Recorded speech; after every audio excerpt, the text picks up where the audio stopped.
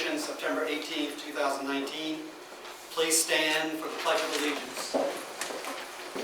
I pledge allegiance to the flag of the United States of America and to the republic for which it stands, one nation, under God, indivisible, with liberty and justice for all.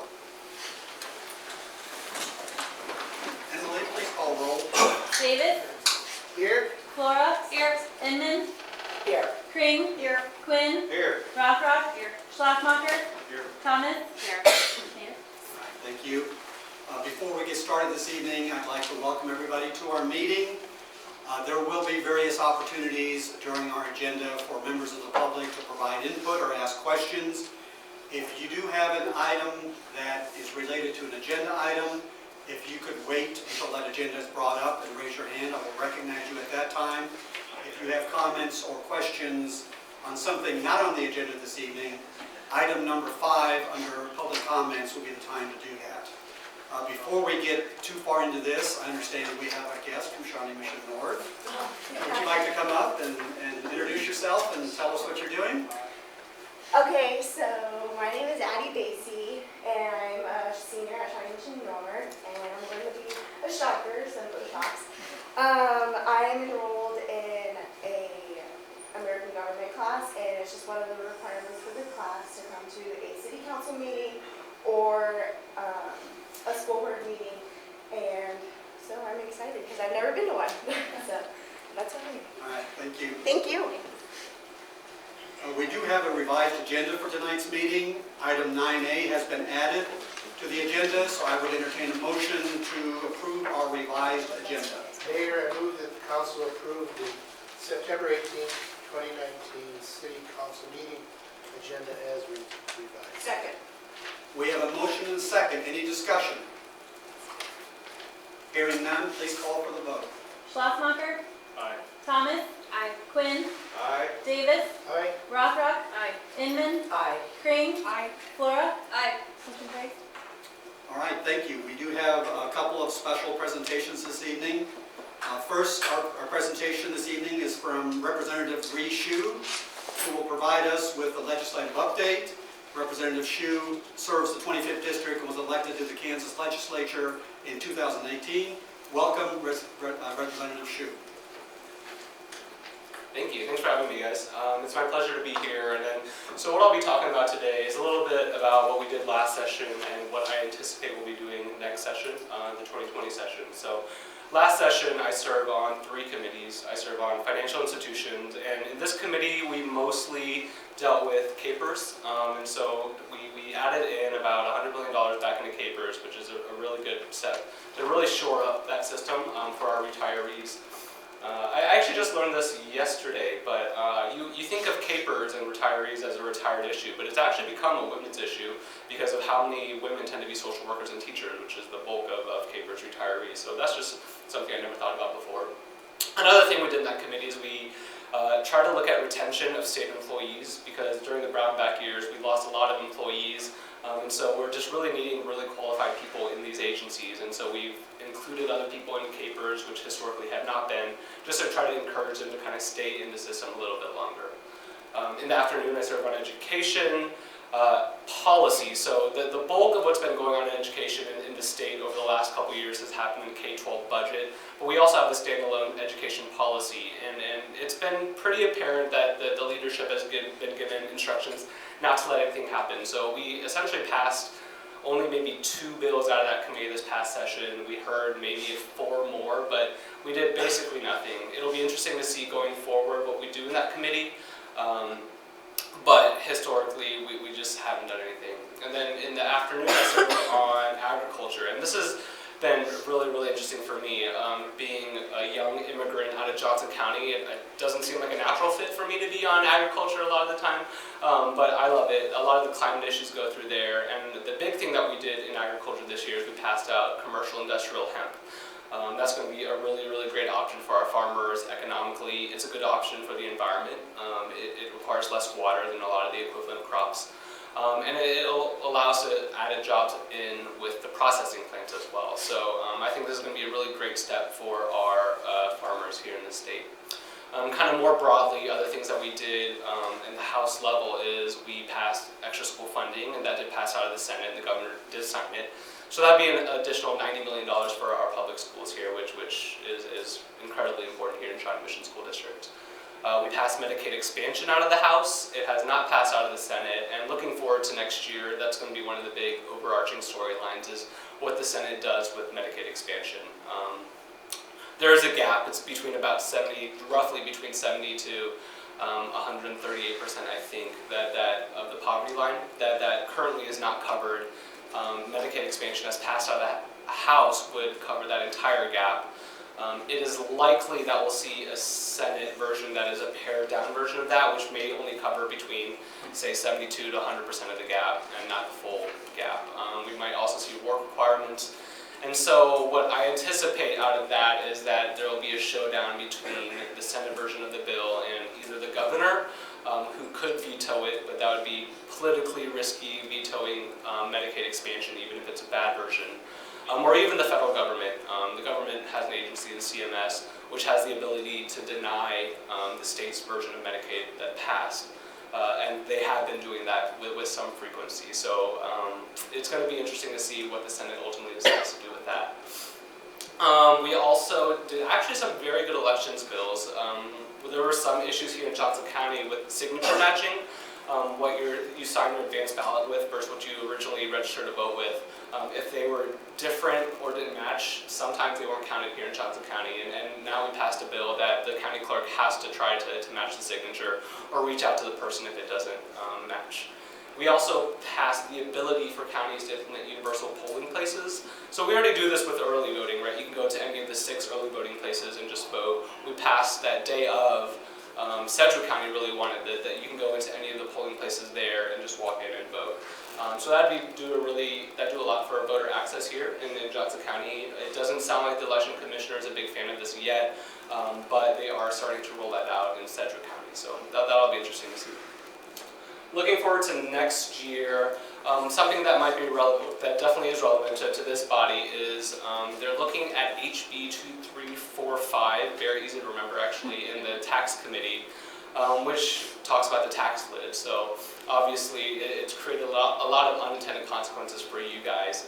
I'm aware of that. But this would essentially set, I believe, a 5-year baseline of the property tax lid, and you can drop it and then raise it back up to that baseline. And so it'll allow you to provide some property tax relief for our constituents, all of our shared constituents, but with the ability to roll it back up once we really need to. It's not a replacement for a full repeal. I know that's what a lot of the cities have been asking for, but with as slow as the legislature moves, it would be an okay step, and it might be able to get through the tax committee. As mentioned before, Medicaid expansion will be an overarching story, and the big one, and this is not a partisan statement, this is just what's going to be, it's going to be an abortion year. A lot of the leadership in the House and the Senate, they're running for larger offices, either Congress in Western Kansas or Senate, and they're going to really want to rile up the base for that. So we're going to be looking at a constitutional amendment for abortion. If you recall, the Supreme Court actually ruled that women have a constitutional right to abortion in Kansas, and so now we're going to look at a constitutional amendment to change that. And so that's going to be what we're going to fight about a lot in the House this year. We also potentially could look at a constitutional amendment for school funding. It's written into our Constitution that state has to have adequate and equitable school funding. They might try to look to get rid of that. And finally, I'm actually starting to hear some things about Tobacco 21, which I know is relevant here as well. I'm hearing that the state might start looking at least having a conference on Tobacco 21. So that might be interesting to follow as well. By and large, the first session was great. It's been interesting. I've been canvassing already, and then I'm hearing a lot about gun safety. That's the number one thing. I don't know that anything happens with that going forward. This past session we did, I didn't vote for it, but it dropped the concealed carry age down to 18. That passed out of the House. It's just sitting in the Senate right now. I'm not sure what they're going to do with it, but hopefully with the governor we could not pass that. Other than that, it was a great first session. I hear from you guys pretty frequently. An active city council is really, really helpful to me to let me know where you guys are at and where your constituents are at as well. So feel free to keep doing that, and happy to stand for any questions. Do we have any questions for the representative? Yes, Solly. Other than the tax lid, any other local control issues percolating? Not that I'm aware of. I'm not really on the committees that really deal with a lot of local control issues, but I haven't heard of much of that. Yep. Bree, when you came to our board one meeting, you spoke a bit about transportation, KDOT, that funding piece, and how do you see that fitting in with what's going on in addition for infrastructure needs? Again, I don't sit on transportation, so I'm not sure exactly the details behind that. I know that it is one of the governor's #1 priorities. It is transportation and getting at least just steady funding, just so projects can start again. I know a lot of them were paused, but I don't know exactly where the issues are. All right, thank you, Representative. Yeah, thank you guys. Appreciate it. Thank you. All right, our next special presentation, we have a proclamation recognizing September as National Suicide Prevention Awareness Month. Many organizations and individuals throughout our community work to support each other and raise awareness of suicide prevention, the resources that are available to all. I would particularly like to recognize our educators, our mental health professionals, police officers, and our mental health co-responder. I would also like to state for the record the National Suicide Prevention Lifeline that is staffed 24 hours a day, 7 days a week for those who are experiencing distress. That number is 1-800-273-8255, otherwise 1-800-273-TALK. And I would like to present the proclamation to Chief Hadley.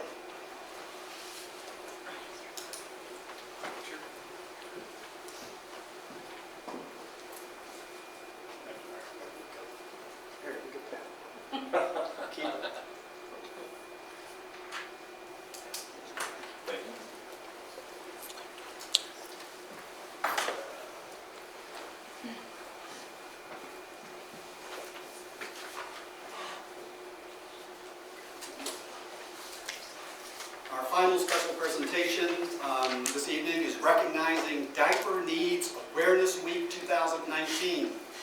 For the past few years, Mission has recognized Diaper Needs Awareness Week by issuing a proclamation to raise the awareness of the widespread need for diapers to improve the health and welfare of infants and toddlers.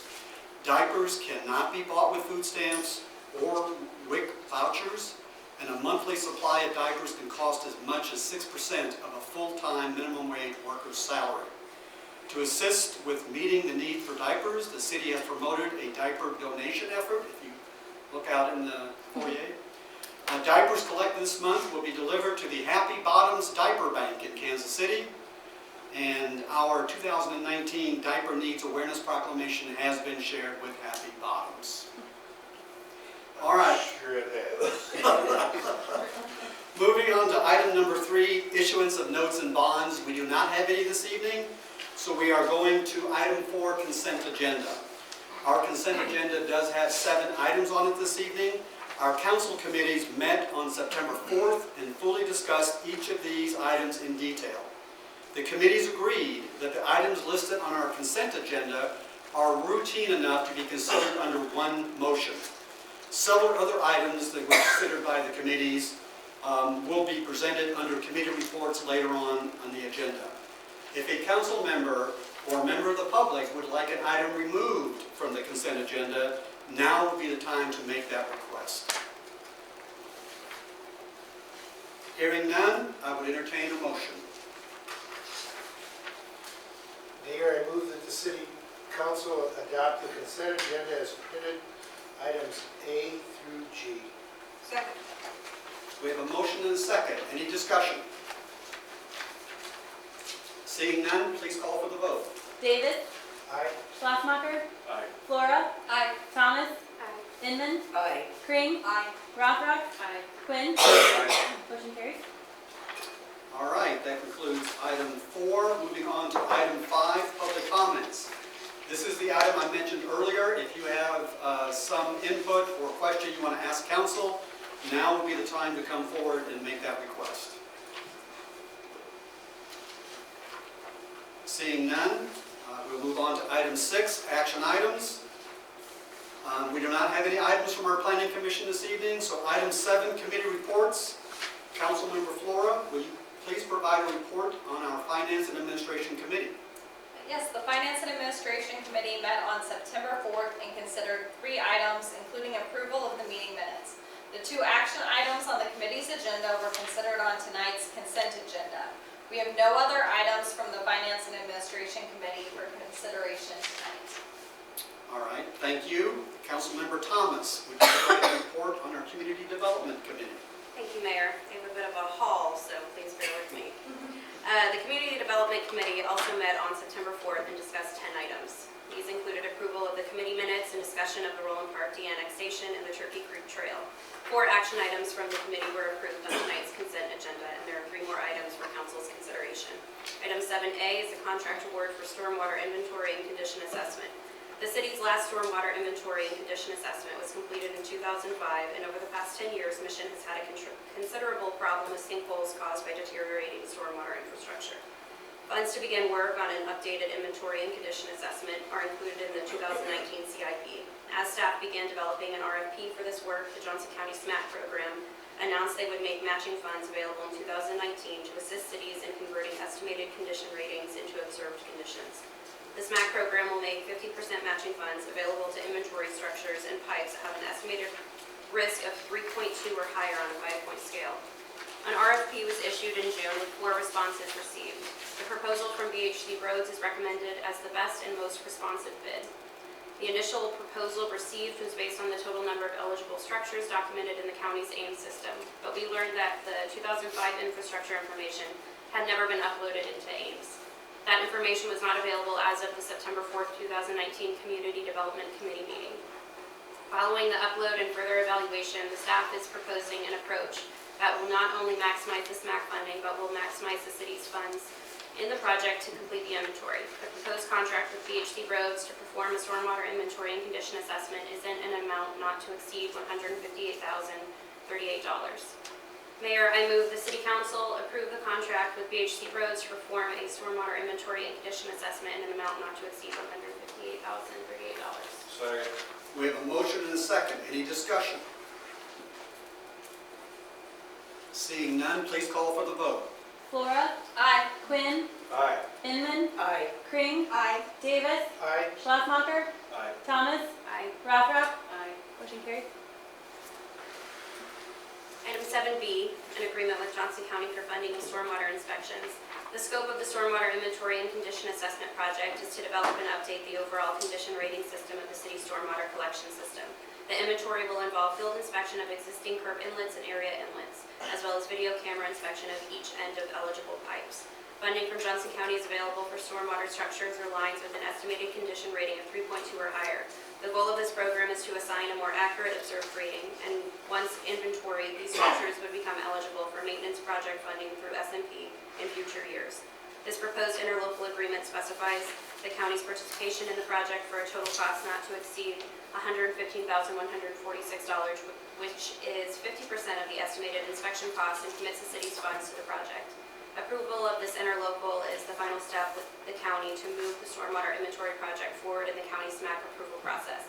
Based on the structures and lines determined to meet the SMAC eligibility criteria, we anticipate receiving SMAC funds in the amount of $43,038. It is still appropriate to approve the interlocal agreement at the higher amount in the event we discover more structures meet the eligibility criteria. Mayor, I move the City Council approve the interlocal agreement with Johnson County for Stormwater System Inspection Project, Mission Stormwater Inspection Project number 11MI 2019 I-1, using 2019 SMAC program funding in an amount not to exceed $230,292. Second. We have a motion and a second. Discussion. Seeing none, please call for the vote. Inman, Aye. Flora, Aye. Davis, Aye. Thomas, Aye. Kring, Aye. Quinn, Aye. Rothrock, Aye. Schlafmacher. Aye. Motion carried. Item 7C, Hodges Planters.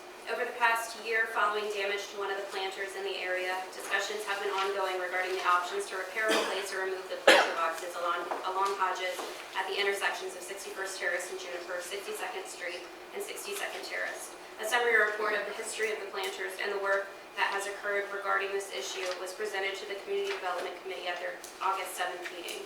The committee directed staff to convene Hodges Planters Working Group for one final meeting to discuss the neighborhood's preference between two options for barriers at 62nd Street and 62nd Terrace. It was a consensus of the working group that the existing planters at these two intersections be left in place. Construction improvements, including an island configuration with a gate at 61st Terrace and Juniper and a Hodges, will be completed using funds from the CIP. Mayor, I move the City Council authorize staff to proceed with the construction of the improvements to the intersection of 61st Terrace, Juniper, and Hodges, and to install appropriate signage on the existing planters at the intersections of 62nd Street Hodges and 62nd Terrace Hodges. Second. We have a motion and a second. Discussion.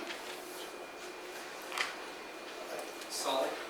I just want to say thank you to our neighborhood members in that part of the city that participated in the working group meetings and helped come up with a solution. Same thing, I also would like to thank the staff for all the work that you did in preparing this and meeting with the group and bringing this forward. Thank you. All right. Going back to the 1970s was impressive. If you're reading this in 2050, good luck. We tried. That goes in the minute. Yeah, write that down. All right, please call for the vote. Flora, Aye. Inman, Aye. Crane, Aye. Quinn, Aye. Rothrock, Schlesmacher, Aye. Davis, Aye. Thomas. Aye. Motion carries. All Mayor, right, that concludes my report. thank you. Moving on to item 8, unfinished business. We do not have any unfinished business. So we are at item 9, new business. It's talking about a resolution calling for a public hearing for de-annexation of property at the northeast corner of Grove Boulevard and Johnson Drive. Smith. Yes, thank you. Make sure I have all my right documents. So as you know, since December of 2018, we've been in conversation with the City of Roland Park regarding de-annexation or redevelopment and de-annexation of that corner, northeast corner of Johnson Drive and Road Boulevard. There's a very small portion, about 7/10 of an acre of that site that lies within the City of Mission's corporate boundaries, and the rest of the site is within the City of Roland Park. I think you're all familiar with kind of the conversations and the back and forth that we've had. There was a special City Council meeting. We made a request of the City of Roland Park that they, as a kind of a good faith effort to continue the negotiations surrounding de-annexation, that they agreed to assume 25% of the signal costs at that intersection going forward, to which they have agreed to do that. They have submitted a letter to KCP&L. That letter has been received by KCP&L, and so going forward, regardless of what transpires with de-annexation, they had agreed to that. They also asked us to then try to proceed with the de-annexation as quickly as possible, really in the best interest of the developer. So we have an active development project that is currently under consideration by both the Mission Planning Commission and the Roland Park Planning Commission. And so in order to assist and move that project forward, we agreed to look at, they had made a request of us that we complete that de-annexation by September 23rd, which is when the developer is slated to appear before our Planning Commission. Legally, there was no way for us to meet that time frame or that requirement. So following the special meeting with the City of Roland Park, we have been meeting with their staff and their attorneys to sort of move this process forward. So what you have this evening is we received a petition. So the way the process works is the city or the property owner who wants to have their property excluded from a city's corporate boundaries submits a petition to that city. There is no technically no statute for de-annexation. There's an annexation statute, and so we kind of have to work it in reverse. So we get a petition from the landowners who would like to be excluded. The city, in this case being Mission, would need to call a public hearing. We have to publish notice of that public hearing, and we cannot hold the public hearing any sooner than 20 days following publication of that notice. Then you hold a public hearing, and basically you're looking for anyone who might object or present reasons why they might be harmed as a result of that de-annexation. And then following the public hearing, the council would consider an ordinance to actually advance and de-annex or exclude that certain property from within our corporate boundaries. If we take that step on the same day, the City of Roland Park would hold a special meeting to adopt an ordinance to annex that portion of land into their cities. And it's important to get that timing right, because from the county's perspective, we don't want any lapse in terms of which part is in whose city for any period of time. So if we can't get that accomplished on the same day, which we think is feasible to do, then it would require us going to the county essentially to get a blessing on that. So if we can accomplish that on the same day, we don't have to take that additional step. So the City of Roland Park has gotten some pretty fast action out of KDOT. So right now they own that portion. They own the biggest portion of that. KDOT still retains some right-of-way along Johnson Drive, and then we have two very small portions of right-of-way. So KDOT is not a member of the petition that was submitted, but I did receive late this afternoon, and so we'll include it in the updated packet. They have signed the consent for the exclusion, so they don't have an issue with that process. So we were able to get all that kind of secured and pulled together. So Roland Park has basically now petitioned us for the exclusion of that portion of property. So on your agenda this evening is a resolution which simply acknowledges receipt of that petition and sets the public hearing on this issue for our October 16th City Council meeting. If the council passes the resolution, we'll publish the notice in the legal record. It will publish next Tuesday, so that gives us, we meet that 20-day time frame. And then at this point, Roland Park would anticipate or tentatively planning for a special council meeting on their part on the 16th following that adoption or consideration of ours. So as a part of this process, over the last week and a half, we've been discussing how we proceed through the planning processes. So for example, it's a rezoning in our city. That portion of land in our city was not zoned. And that carried with it certain notice provisions and requirements, which had been noticed up for our September 23rd meeting. So at this point, what we would intend to do, what we want to do is trying to be respectful of that developer, not to tie them up as we continue to negotiate this. But so the item will go forward to our planning commission on September 23rd, at which time we will hold the public hearing, and then we will close the public hearing, and then the commission will table that item and not take action on that item at their September meeting. That then would allow them, if we aren't able to get this accomplished and resolve this satisfactorily, that does not hold the developer up significantly in the timeline and approvals of their processes. So that is the plan for how we will present that to the Planning Commission next week.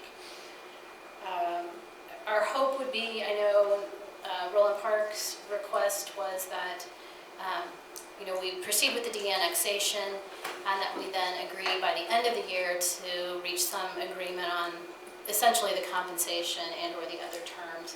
We've been talking about how do we capture that agreement and those other things that are agreed upon, 50% sharing of the signal costs, and I think the installation of public art at that intersection. The developer's plans that we've seen include the installation of the public art, so that piece is contemplated and basically would be incorporated as a part of the plan that would be approved by their planning commission. So that piece is kind of wrapped up in the planning approval process. Not sure what the best mechanism. Our hope would be that even potentially we could resolve all of the issues, including the compensation, by our October meeting. But if we haven't done that, we'll make sure that we memorialize how we want to move that conversation forward. I'd be happy to answer any questions, and if not, you have a resolution on your agenda for consideration.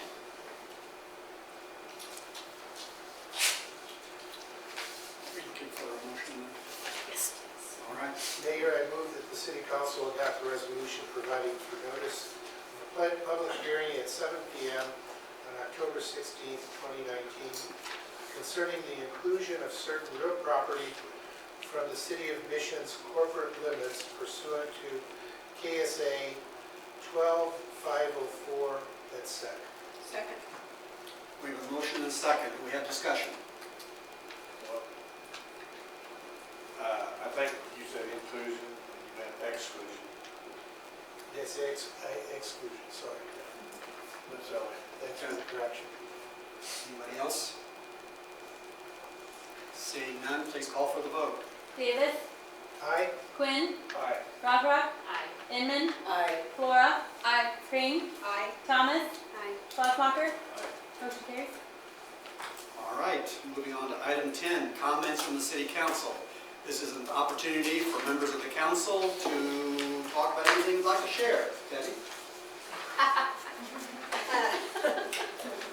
Several will be attending the National League of Cities meeting this year, which is in San Antonio in November, and we each occupy a position in a given subcommittee. I happen to sit on energy, environment, and natural resources. One of the things that I will be taking forward that fell off the agenda about 3 years ago, and I've been on this committee for 15 years, is the energy efficiency block grant. That's one of the key issues I'd like to see go forward on a community level. It serves a great purpose for small communities like ours in getting additional grant funding for energy efficiency options. If anybody can think of anything or anything anybody wants me to take with me to DC, and I'm sure the others going as well, we would love to take something forward if you need it on your radar screen. A lot of the cities that we compete with, not only for money and other things, Los Angeles, San Antonio, Mission is not that city, but we can take some of the concepts from those cities and gear them down a little bit and make it real applicable for this community. So anybody has anything you'd like me to take forward on grant funding, anything like that on energy and environment, I would really like to take it forward. Arson? I just had a little bit of feedback from our Harvesters food truck event in August that we had. So we got actual statistics back, and we were able to distribute 12,640 pounds of food, which is 6.32 tons. So it was an average of 95.8 pounds food for each family, and that's about 5 people per family. Our next event is February 29th, and I have a little bit of a note to share that we received from our rep at Harvesters, Justine Coons. It reads, I just got off the phone with a lovely lady who called us last week to ask us how she could hook up some refugees with some food. I told them about your distribution. She brought some refugees to the mobile distribution last Saturday. She was overwhelmed with the kindness and care that you all gave her. She said that the people were so thankful and grateful for the food. One of the gentlemen had walked 5 miles by foot to get eggs for his family the week before. I wanted to encourage you with knowing what you are doing is making a difference. Thank you for your kindness to the people in your community. Together we are a force for good. You are amazing. So, thanks to everyone who volunteered and supported and shouted out for it. Thank you. Solid. Yeah, I just want to give a brief update on the Climate Action Summit that happened last Saturday at JCCC. Not to brag, but yes to brag, Mission had, I think, the best showing there. We had several members of both our Planning Commission and Sustainability Commission, and Kristen and Hillary and I were all there, and Emily was there. And so really great showing by Mission, showing our commitment to addressing climate change and sustainability issues in our community. There were a lot of really great speakers. I think the keynotes are going to be going up online, and so I'll be sure to share that information once we have it, but a lot of really great ideas to bring back. Anybody else? Yes, Arson. Nick and I have a Ward 2 meeting next week on Thursday, and it will be held 26th. 26th at the bar, so join us. Yes, Ken. I will be absent from the next 2 committee meetings, October and November. So just wanted to let everybody know. That's going to be reflected in your paycheck. All right, anything else? All right, moving on then to item 11, Mayor's Report. Laura, I'm I'm assuming you're introducing our two new department heads under your report? I will. Okay, then I have no report. And I have a very brief one. So, yes, you'll see two, what I hope are familiar faces. We've seen them before when we would confirm their appointments as our new Director of Parks and Recreation and Public Works. But we were thrilled last Thursday to welcome Penn Almany on, and Celia Duran started today. So they are both, we've done the official plunge their heads underwater, and we'll help you get right back up to the top. But we are thrilled to have them here.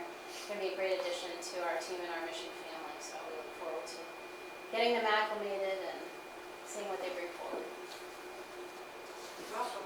Oh, the only other things I have, a reminder, we have a paper shredding and electronics recycling event, multi-community, coming up this Saturday from 9 to noon with Fairway office buildings. And then Emily wanted me to plug the composting class, right? So we have a composting class that we're offering next Tuesday, so if you're interested in information on composting. All right, thank you. We do have a need for an executive session this evening, so I would entertain a motion. Mayor, I move the city council recess to executive session under the preliminary discussion of the acquisition of real property exception KSA 754319B6. Also attending the meeting will be City Administrator Laura Smith and City Attorney Dave Martin. Zoom in council chambers at 7:46. We have a motion and a second. All in favor, say aye. Aye. We are in executive session.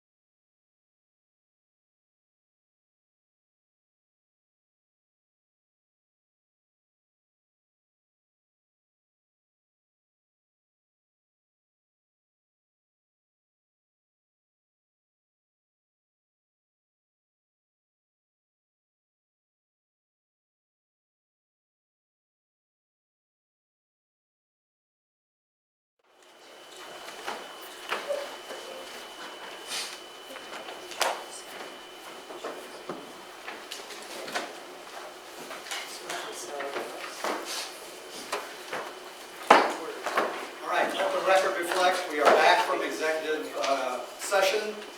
I would entertain a motion.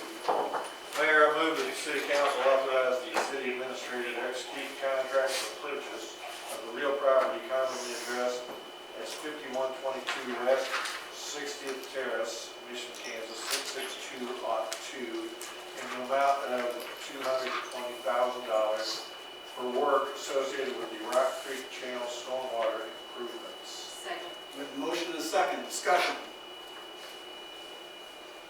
Seeing none, please call for the vote.